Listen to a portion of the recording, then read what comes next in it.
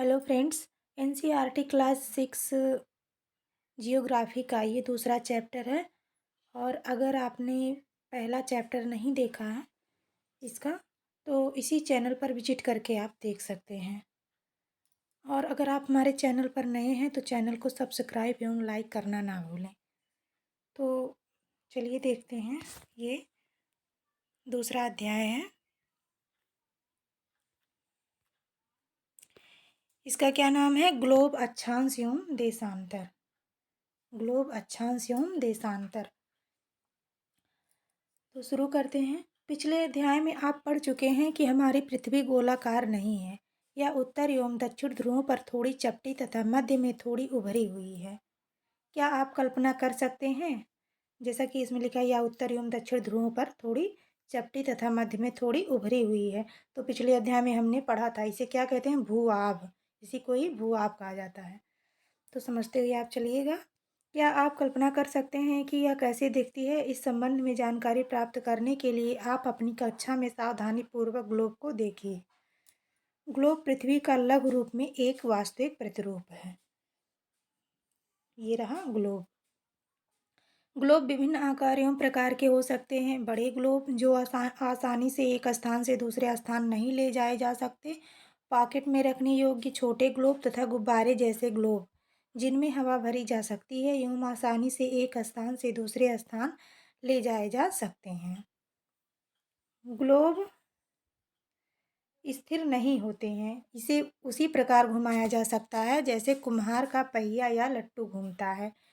Globe पर देशों, महाद्वीपों तथा महासागरों को उनके सही आकार में दिखाया जाता है। पृथ्वी के समान किसी गोले पर किसी बिंदु की स्थिति का वर्णन करना कठिन है। अब प्रश्न यह उठता है कि इस पर किसी स्थान की स्थिति कैसे बताई जा सकती है। इसके लिए हमें कुछ बिंदुओं एवं रेखाओं के संदर्भ की आवश्यकता होती है। आप देखेंगे कि एक सुई ग्लोब में झुकी हुई अवस्था में स्थित होती है, जिसे अक्ष कहा जाता है। ग्लोब पर वे दो बिंदु जिनसे होकर सुई गुजरती है, उत्तर तथा दक्षिण ध्रुव है। ग्लोब को इस सुई के चारों ओर पृथ्वी की भांति पश्चिम से पूर्व की ओर घुमाया जा सकता है। लेकिन याद रखें, इन दोनों में एक अंतर है। पृथ्वी पर वास्तव में ऐसी कोई सुई नहीं होती है। यह अपने अक्ष पर चारों ओर घूमती है, जो एक काल्पनिक रेखा है।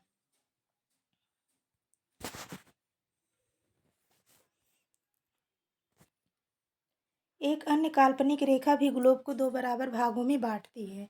इसे विषुवत वृत्त कहा जाता है। इसे क्या कहा जाता है? विषुवत वृत्त। पृथ्वी के उत्तर में स्थित आधे भाग को उत्तरी गोलार्ध तथा दक्षिण वाले आधे भाग को दक्षिणी गोलार्ध कहा जाता है। जैसे देखिए इसमें,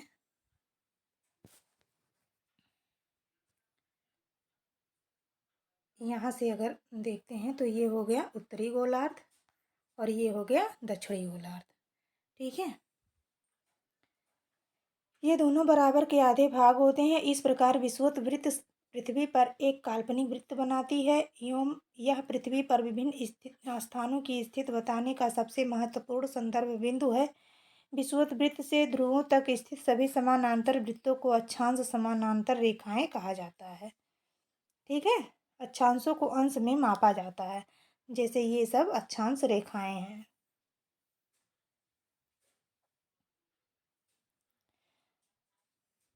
इसी तरह से विषुवत वृत्त शून्य अंश अक्षांश को दर्शाती है, क्योंकि विषुवत वृत्त से दोनों तरफ ध्रुवों के बीच की दूरी पृथ्वी के चारों ओर के वृत्त का एक चौथाई है। अतः इसका माप होगा 360 अंश का। 360 अंश का 1/4 यानी 90 अंश।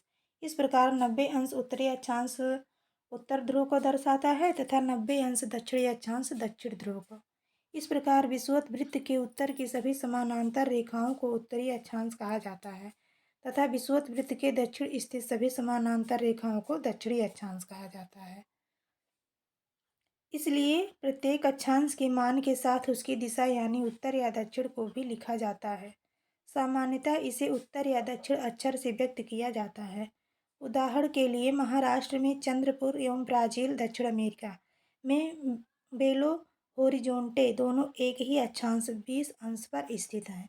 लेकिन चंद्रपुर विषुवत के 20 अंश उत्तर में एवं बेलो होरिजोंटे विषुवत के 20 अंश दक्षिण में स्थित है। इसलिए हम कह सकते हैं कि चंद्रपुर 20 अंश उत्तरी अक्षांश पर तथा बेलो होरिजोंटे 20 अंश दक्षिणी अक्षांश पर स्थित है। जैसे जैसे हम विषुवत वृत्त से दूर होते जाते हैं, अक्षांशों का आकार घटता जाता है। अब देखिए महत्वपूर्ण अक्षांश यानी समानांतर रेखाएं। विषुवत वृत्त शून्य अंश उत्तर ध्रुव, 90 अंश उत्तरी तथा दक्षिण ध्रुव 90 अंश दक्षिण के अतिरिक्त 4 महत्वपूर्ण अक्षांश समानांतर रेखाएं और भी हैं। ये हैं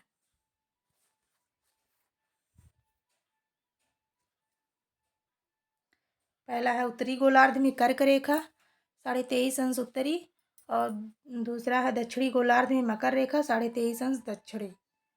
विषुवत वृत्त के 66.5 अंश उत्तर में उत्तर ध्रुव वृत्त, और चौथा विषुवत रेखा के 66.5 अंश दक्षिण में दक्षिण ध्रुव वृत्त। इसको हम चित्र के माध्यम से समझते हैं।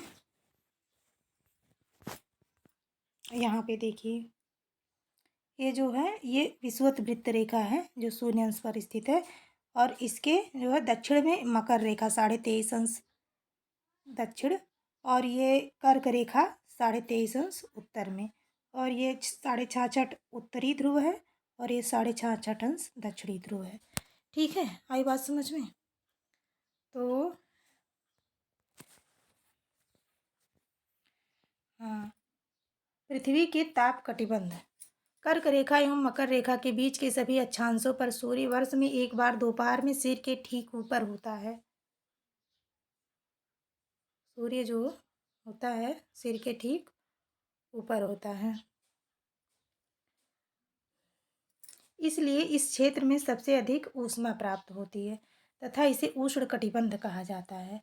कर्क रेखा तथा मकर रेखा के बाद किसी भी अक्षांश पर दोपहर का सूर्य कभी भी सिर के ऊपर नहीं होता है। ध्रुव की तरफ सूर्य की किरणें तिरछी होती जाती हैं। इस प्रकार उत्तरी गोलार्ध में कर्क रेखा एवं उत्तर ध्रुव वृत्त तथा दक्षिणी गोलार्ध में मकर रेखा एवं दक्षिण ध्रुव वृत्त के बीच वाले क्षेत्र का तापमान मध्यम रहता है, इसलिए इन्हें शीतोष्ण कटिबंध कहा जाता है।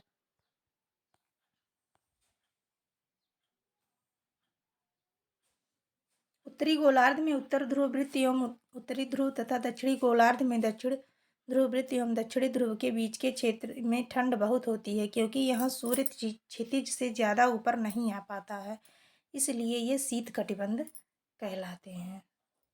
देशांतर क्या है? किसी स्थान की स्थिति को बताने के लिए उस स्थान के अक्षांश के अतिरिक्त कुछ और जानकारियों की आवश्यकता भी होती है। आप देख सकते हैं कि प्रशांत महासागर में स्थित टोंगा द्वीप एवं हिंद महासागर में स्थित मॉरीशस द्वीप एक ही अक्षांश 20 अंश दक्षिणी पर स्थित हैं। उनकी सही स्थिति जानने के लिए यह पता करना होगा कि उत्तर ध्रुव को दक्षिण ध्रुव से जोड़ने वाली संदर्भ रेखा से पूर्व या पश्चिम की ओर इन स्थानों की दूरी कितनी है। इन संदर्भ रेखाओं को देशांतरीय या म्योत्तर कहते हैं तथा उनके बीच की दूरी को देशांतर के अंशों में मापा जाता है। प्रत्येक अंश को मिनट में तथा मिनट को सेकंड में विभाजित किया जाता है। ये अर्धवृत्त हैं तथा उनके बीच की दूरी ध्रुवों की तरफ बढ़ने पर घटती जाती हैं एवं ध्रुवों पर शून्य हो जाती है, जहाँ सभी देशांतरीय या म्योत्तर आपस में मिलती हैं।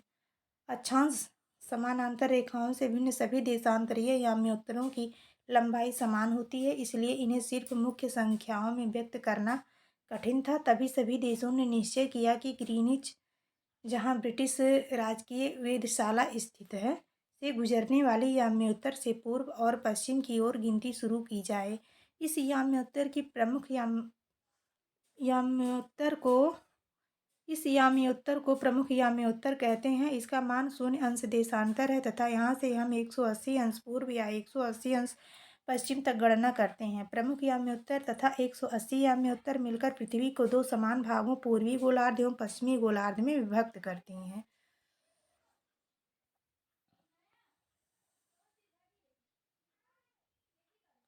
जैसा कि आप देख पा रहे हैं, ये प्रमुख यामी उत्तर रेखा है और इसको दो भागों में